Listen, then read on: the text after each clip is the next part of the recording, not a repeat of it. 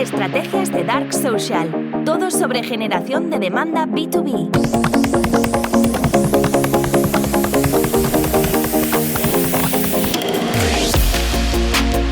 Bueno, yo soy también una empresa, la aceleradora, Startup Chile.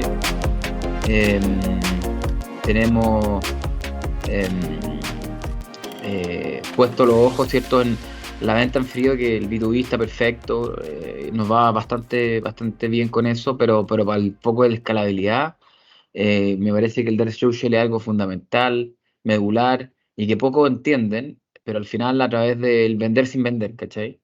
Sí. Entonces, algo que quiero dar foco, ¿ah? Es algo que al final cuesta hacer entender o ver los beneficios para, no sé, mis socios que son más técnicos, Claro. pero es algo que quiero darle mucha fuerza. Entonces quiero entender un poco más cómo lo enfocan, cómo lo trabajan y eso.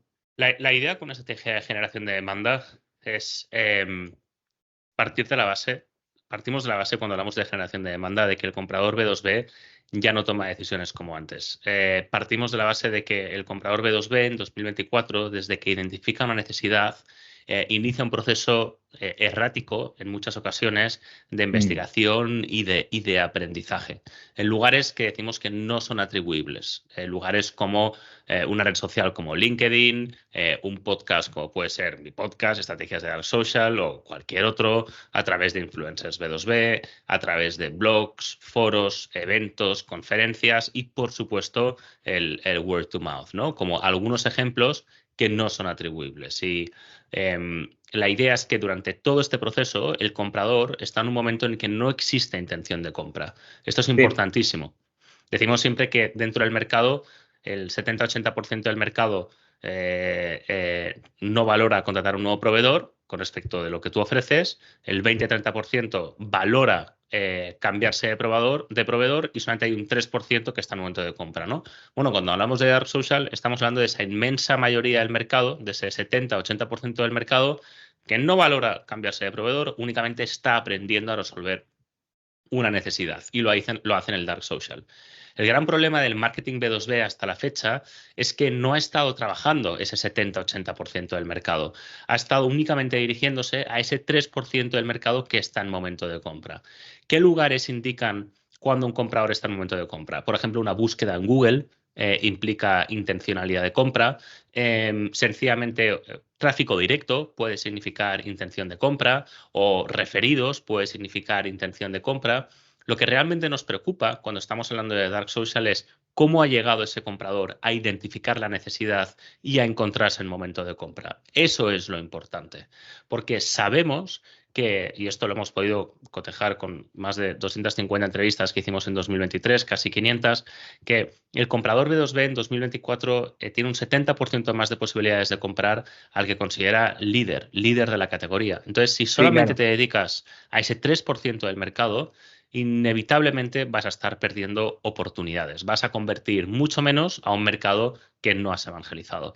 Entonces, cuando hablamos de generación de demanda, hablamos precisamente de eso, de implementar estrategias enfocadas a ese 70-80% del mercado que está identificando necesidad y está aprendiendo a resolverla. Porque este cambio de paradigma con respecto de cómo se comporta el comprador es una gran oportunidad. Es una gran oportunidad y un gran reto. Es un gran reto para los que se dedican a la prospección en frío, porque significa que el comprador B2B, como quiere aprender, rechaza las llamadas en frío, pero es una gran oportunidad para cualquier marketer, porque permite crear audiencias y evangelizarlas precisamente a través de tu punto de vista único, a través de tu categoría, explicando cómo tú le vas a ayudar a resolver su problema.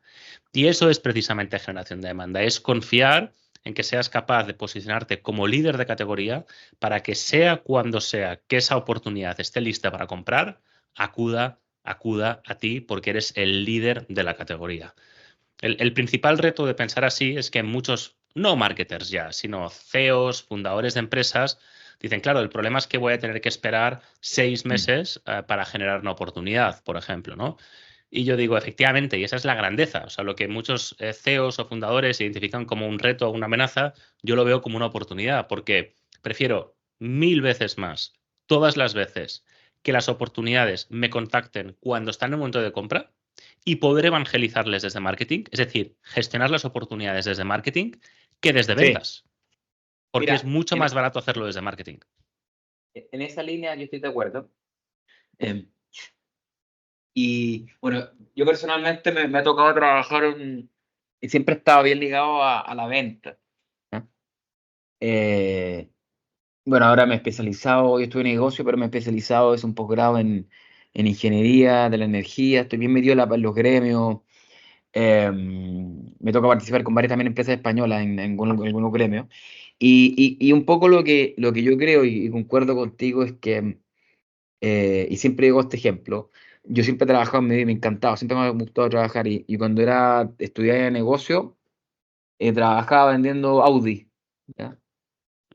Y me encantan los fierros, qué sé yo. Y cuando el cliente es muy distinto de llamar a un potencial comprador de que, oye, cambia tu auto al comprador o a la persona que tiene la intención, ¿ya? De cambiar el auto, ¿ya? Entonces, cuando ya la persona pisa la sala de venta, ya hay una necesidad real. Y ahí tú lo trabajás y lo metías en el Q1, el Q7, el Q3, el A4, da lo mismo, pero ya finalmente la probabilidad de éxito es muy, muy, muy superior a una venta en frío, ¿ya? De hecho, recientemente me pasó de que nos han contactado, por lo general, las personas que nos contactan, la probabilidad de éxito es cercana al 90%. A diferencia de la venta en frío, el mailing, qué sé yo, que la probabilidad de venta es, no sé, un 5%. Entonces, al final, ¿cómo lograr ese awareness? Es la clave, el awareness, el awareness, el awareness, el awareness, el awareness. Y al final, sí, uno llama por teléfono, uno tiene un buen manejo de networking y funciona. Pero si uno realmente quiere crecer, tiene que hacerlo a través yo creo que de lo que tú comentas, ¿cachai?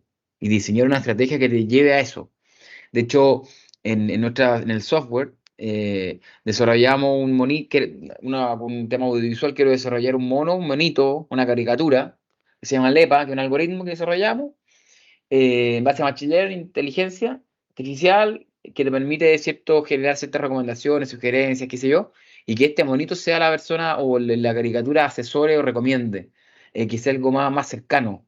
Mi mundo es muy duro, muy ingenieril, muy técnico, entonces al final poder todos hacen un poco lo mismo, duro, duro, duro, y al final yo creo que hay un poco de lograr llegar a la emoción del stakeholder.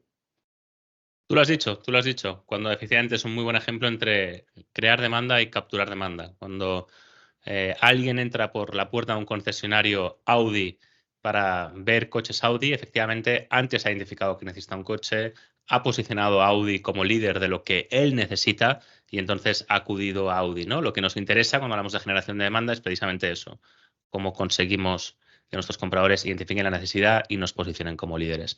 Muy buen ejemplo, Matías. Creo que Arantxa ibas a decir algo, ¿no? Sí, nada, simplemente que quería saludar.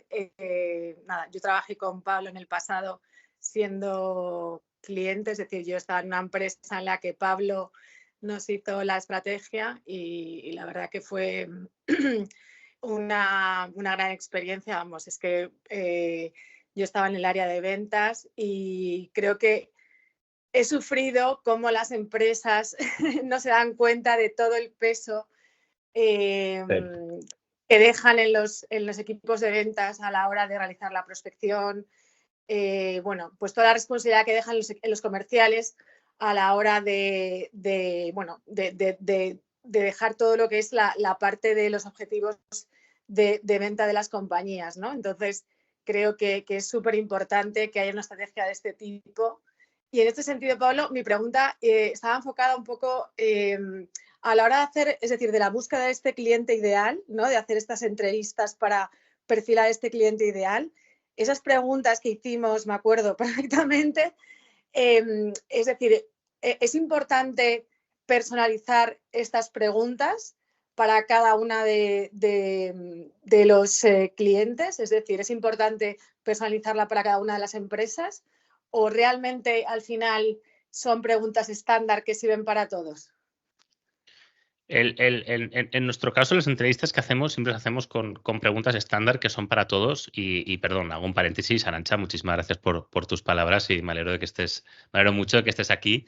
No, pues efectivamente, en esas entrevistas nosotros siempre seguimos el mismo guión, que es un guión que tú conoces bien, de 72 preguntas, divididas en cinco etapas, 5 grupos de preguntas, que son, bueno, identificación de la necesidad, valor, buying journey, competencia y canales online, donde buscamos entender, bueno, precisamente intentamos entender cómo funciona el proceso de toma de decisión desde que se identifica la necesidad hasta que el comprador no solamente está en el momento de compra, sino que incluso ya ha resuelto su necesidad, ¿no? Sí que solemos estandarizar las preguntas porque cuando hemos intentado hacer guiones personalizados nos hemos dado cuenta de que no sabemos lo que no sabemos. Y como no sabemos lo que no sabemos, podemos estar dejando de lado muchas preguntas que si las hubiéramos hecho habrían tenido mucho valor. Entonces yo soy mucho más partidario de hacer un guión donde intentamos descubrir todo lo posible olvidándonos de cuál es la empresa, de cuál es la solución que ofrecemos. Y una vez tengamos eso, a nivel metodológico, ya te digo, nosotros en nuestro caso siempre aplicamos el mismo cuestionario, ¿no? Pero estoy pensando en alguien que no lo tenga. Y una vez ya tuviéramos todas esas preguntas, entonces añadimos preguntas que sean personalizadas, que estén adaptadas a la empresa. Pero ya te digo, si tuviera que hacer ese cuestionario de cero, lo haría de esta manera, pensando en si yo fuera cualquier empresa, ¿qué es todo lo que a mí me gustaría saber desde ese punto, ¿no? ¿Qué tiene que pasar en la empresa para que identifique la necesidad? ¿Cuál es el valor que están percibiendo? ¿Cuál es la competencia? ¿Cuál es la buying journey? ¿Y cuáles son los canales online e incluso offline en los que se mueven estos compradores, ¿no? Una pregunta típica que hacemos en esta última sección es, oye, cuando se trata de tu trabajo, ¿cuáles son tus principales fuentes de aprendizaje? Esta es una pregunta, por ejemplo, que se puede aplicar a cualquier empresa, da igual. O sea, da igual el tipo de comprador que tengas delante, siempre acude a algún sitio. Y te puede decir el día a día, ¿eh? Porque cuando dices el día a día, en realidad eso es word of mouth. Entonces, también me vale. También me vale. Bueno, nada, felicitarte sobre todo, Pablo, bueno, por el podcast y tal. Y bueno, yo vengo del sector, digamos, de derecho TIC, por así decirlo, no soy marketer. Y me parece una versión muy, muy realista de cómo se toman las decisiones B2B, la que planteas, porque sí que es cierto que anteriormente, pues, bueno, se ven muchas empresas, ¿no?, de marketing que están muy adaptadas, ¿no?, a B2C, pero sí que B2B es muy, desde el punto de vista, digamos, del comprador y así, es muy realista la visión y muy interesante la visión que planteas, ¿no?, de cómo es el comité de compra, cómo se toman decisiones, que a veces se va para adelante, para atrás. Eso pasa muchísimo en las empresas B2B. Pues te agradezco tus palabras, José. Y efectivamente es así. O sea, al final, olvidaros si queréis de todo lo que explico, ¿no? Podemos dejar de lado todas mis teorías y todo lo que explico al final. Si hay una sola idea nuclear que sí que intento transmitir siempre con la máxima claridad, porque entiendo que ahí sí que no te puedes equivocar, es que el marketing de verdad, efectivamente, como tú bien dices, tiene que ser sensato. Y para que sea sensato hay que respetar una máxima que yo creo que es inquebrantable, que es que hay que entender cómo el comprador toma decisiones.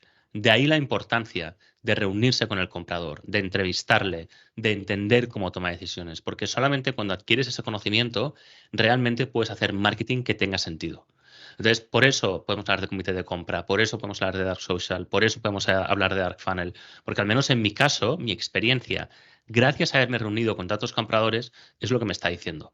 Porque he hecho ese ejercicio y lo que detecto en la mayoría de equipos de marketing, que en la mayoría de organizaciones, es que te encuentras con equipos de marketing que jamás se han reunido con un cliente, incluso jamás se han reunido con el equipo de ventas y, por tanto, todas las teorías, todas las estrategias vienen de sesiones de brainstorming en las que el equipo de marketing sencillamente pelotea entre sí con ideas nuevas sin haber mostrado un mínimo interés por cómo su comprador realmente está tomando decisiones. Y os lo digo porque yo, que trabajo con muchas empresas de España, Latinoamérica, alguna de Estados Unidos, me encuentro incluso que existe resistencia a hacer ese ejercicio de investigar cómo el comprador toma decisiones. Y te sueles encontrar en situaciones en las que te dicen, no, pero nosotros ya podemos interpretar cómo compra a través de la descarga de un ebook o de si está escuchando, no sé, un contenido o lo está viendo. No. Oye, ¿qué miedo hay? ¿Por qué hay tanto miedo a reunirte 30 minutos con un cliente y preguntarle directamente? Eso falla mucho y eso solamente puede tener una conclusión, un resultado inevitable, que es que el marketing no tenga sentido, ¿no?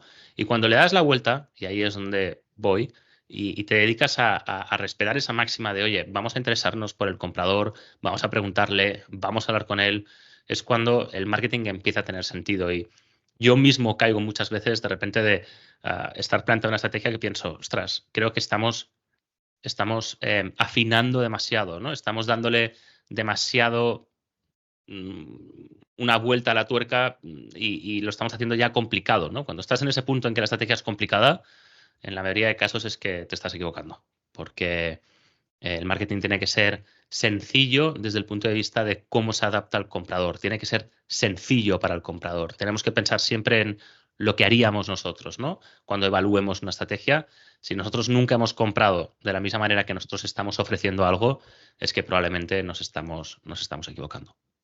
Y esa es la clave. Mostrar interés por el comprador, ¿no? Y cuando un equipo de marketing falla en eso, hay problemas importantes. Por ahí conversamos si quieres con más calma, pero en el fondo, si tienes experiencia en desarrollar estrategias de los users, por ejemplo, o quizá algo es transversal, no por sector, pero en el sector energético, tecnológico, ¿te ha tocado asesorar o acompañar emprendimientos startup?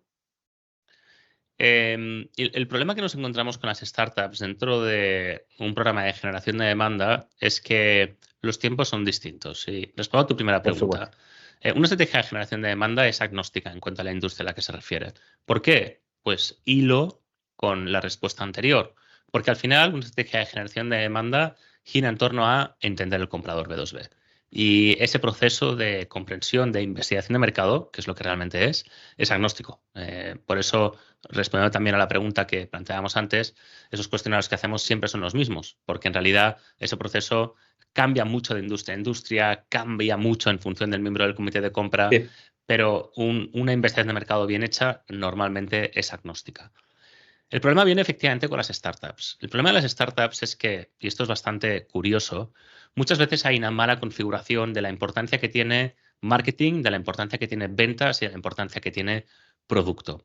Entonces, muchas veces lo que me suelo encontrar con las startups es que hay un plan de consecución de objetivos financieros, es decir, de facturación, muy ambicioso, pero cuando analizas marketing y analizas ventas, te das cuenta que no es realista. No es realista porque, por un lado, no se asignan los recursos necesarios y probablemente la mayor parte de la carga financiera o de los presupuestos van hacia ventas y no hacia marketing, y porque además no se están estableciendo tiempos razonables. Y Sí. voy con un ejemplo. Vamos a decir que me gusta mucho el software de contabilidad, ¿no? Como ejemplo, lo utilizamos en la última sesión de hace 2 semanas. Vamos a decir que lo que estamos vendiendo es un software de contabilidad. Una empresa, ¿cada cuántos años puede cambiar el software de contabilidad? ¿Cada 5 años, en el mejor de los casos? ¿Cada 10 años? ¿Cuántas empresas necesitan un software de contabilidad? Bueno, la inmensa mayoría del mercado. Pero el ciclo de toma de decisión va a ser muy largo. Yo puedo haber identificado hoy que tu software de contabilidad es el mejor, pero no estaré en momento de compra hasta dentro de 5 años que considere que mi software de contabilidad actual está obsoleto, ¿no? Y ahora, como acabo de gastarme una fortuna en el nuevo software de contabilidad, pues no lo voy a volver a cambiar. ¿Eso qué significa? Que al final el proceso de toma de decisión en un B2B es largo por naturaleza. Es largo. No es como comprarse unos zapatos, que es un proceso instintivo. Es un proceso reflexivo que depende de muchas variables que muchas veces ni siquiera están en nuestro poder, como puede ser que haya presupuesto, que la empresa realmente tenga un tamaño que lo necesite, que se lo pueda permitir, que realmente los stakeholders se alineen, que hayan otras prioridades. La estacionalidad es súper importante. Entonces, en el caso del software de contabilidad, si yo llamo hoy a 100 empresas y detecto que efectivamente hay 3 que están en un momento de compra, ¿cuáles son las posibilidades de que mañana firmen el contrato y me paguen? Son muy bajas, porque incluso estando en un momento de compra van a tener que respetar unos procesos. Y cuanto más grande la empresa, más largos esos procesos. En empresas grandes incluso analizan la sostenibilidad de tu empresa, por ejemplo, ¿no? O tu programa de formación interno llegan a poder valorar, ¿no? A nivel de recursos humanos. Entonces, esos procesos de toma de decisión son muy largos. Entonces, ¿qué es lo que pasa? Que muchas veces las startups se engañan diciendo, bueno, pero es que he generado 10 leads. Sí, has generado 10 leads. Con un CAC buenísimo, maravilloso. ¿cuánto vas a tardar en convertir esos leads a clientes? Entonces, ese es el tema. Y cuando a una startup le dices, vas a estar 3 meses, 4 meses sin recibir ni un solo lead, eso es muy duro. Es muy duro, incluso el papel lo puede soportar, pero como fundador, y yo eso lo he vivido, a nivel emocional es muy difícil de gestionar. Entonces, una startup, si quiere hacer generación de demanda, tiene que ser capaz de haber hecho una previsión correcta que le permita establecer objetivos reales y asignar recursos suficientes como para poder alcanzar esos objetivos dentro de un plazo de tiempo que sea razonable, que normalmente es el problema que me he encontrado con las startups. Ahora, por ejemplo, estamos trabajando con una startup en México que estamos súper alineados en ese sentido. Vamos por el 3er mes, entrando en el 4º, y efectivamente ahora están empezando a llegar oportunidades que están convirtiendo rápido. Mira, el primer lead que entró convirtió al día siguiente. ¿Pero por qué? Porque ya va, dentro de la estrategia, ya va 2 meses. Entonces, ya hablamos de una herramienta que tiene poca barrera de entrada, etcétera. Entonces, ¿qué ha pasado con esta startup? Que perfectamente ha entendido, oye, a lo mejor yo tengo una travesía por el desierto que son 6 meses, durante esa travesía por el desierto tengo que seguir invirtiendo y hay un momento que esto se desbloquea y empieza a funcionar. Perfecto. Lo que pasa es que es muy difícil encontrar una startup así. Pablo, lo has comentado y lo has explicado genial. Sí. Es decir, cómo la startup puede manejar esa incertidumbre de meses y saber esperar y confiar en la estrategia sin desesperar. Sí. Muchas veces vemos startups que, claro, saben que tienen una buena idea, saben que han identificado una buena necesidad y piensan que el primer mes ya van a entrar clientes. Y el problema es que cuando vendemos tenemos prisa por vender, pero cuando compramos nunca tenemos prisa. Y eso es claro. Y al final, es decir, como venimos de pensar que es decir, que lo ideal es hacer muchas reuniones y que cuantas más reuniones mejor y que cuantas más reuniones más posibilidades de venta, pues claro, cambiar esa idea pues cuesta. Cuesta mucho y significa un cambio cultural dentro de la empresa. Porque incluso a mí esto me pasó con un cliente muy grande, tenía un equipo de ventas totalmente sobredimensionado. Tan sobredimensionado que incluso, o sea, ellos mismos con sus programas tradicionales de marketing no eran capaces de proporcionar suficientes leads al equipo de ventas y, no sé, un 40 o un 50% del equipo de ventas, cuando ibas a sus oficinas y les veías, estaban sin hacer nada, ¿no? Entonces, pero aún así, hablamos de una empresa, es un grupo muy antiguo, español, que todo el mundo conoce, es una empresa que tiene una historia, un recorrido muy arraigado en la venta a puerta fría, tanto B2B como B2C, y hacerles cambiar de mentalidad no implica solamente un cambio cultural dentro de la empresa, implica un cambio organizativo. Y es, oye, de 100 comerciales que tienes, es que sobran 90. Sobran 90, porque si empezamos a analizar las fuentes que tienes de generación de leads y empezamos a contrastarlos con cuántas fuentes te están generando clientes, te das cuenta de que de 10 programas que tienes, 6 sobran. Y muchas veces esos 6 son los que más recursos están consumiendo. Entonces, ¿por dónde hay que empezar? Hay que empezar por eficientar los programas de marketing que tienes en marcha y en vez de quedarte con ese equipo de ventas mirando al techo, lo que tienes que hacer, lamentándolo mucho, es encontrar una labor mejor para ese equipo de ventas. A lo mejor hay que reorientarles hacia marketing, con programas de account-based marketing, a lo mejor hay que reorientarlos a atención al cliente, a ventas a cuentas que ya son clientes, pero sin lugar a dudas el reto organizativo es muy importante y solamente se puede hacer, además, cuando los programas de generación de demanda han demostrado que son capaces de alcanzar los objetivos que se tienen, lógicamente. Si no, nada. Claro. Entonces, a largo plazo, obviamente, claro. A largo plazo, correcto. Mientras tanto, a corto plazo, nosotros siempre lo que hacemos es un estudio para intentar entender qué está funcionando, qué no está funcionando y empecemos ya por el primer o el segundo mes cortar con todo aquello que no está funcionando, porque solamente eso tiene un impacto en el CAC espectacular dentro de la empresa. Gracias por haber estado conmigo un episodio más en Estrategias de Dark Social. Si quieres estar al día sobre lo último en estrategias de generación de demanda B2B para SaaS, por favor, dale al botón de suscribirse y así no te perderás ni un solo episodio nuevo. Muchísimas gracias.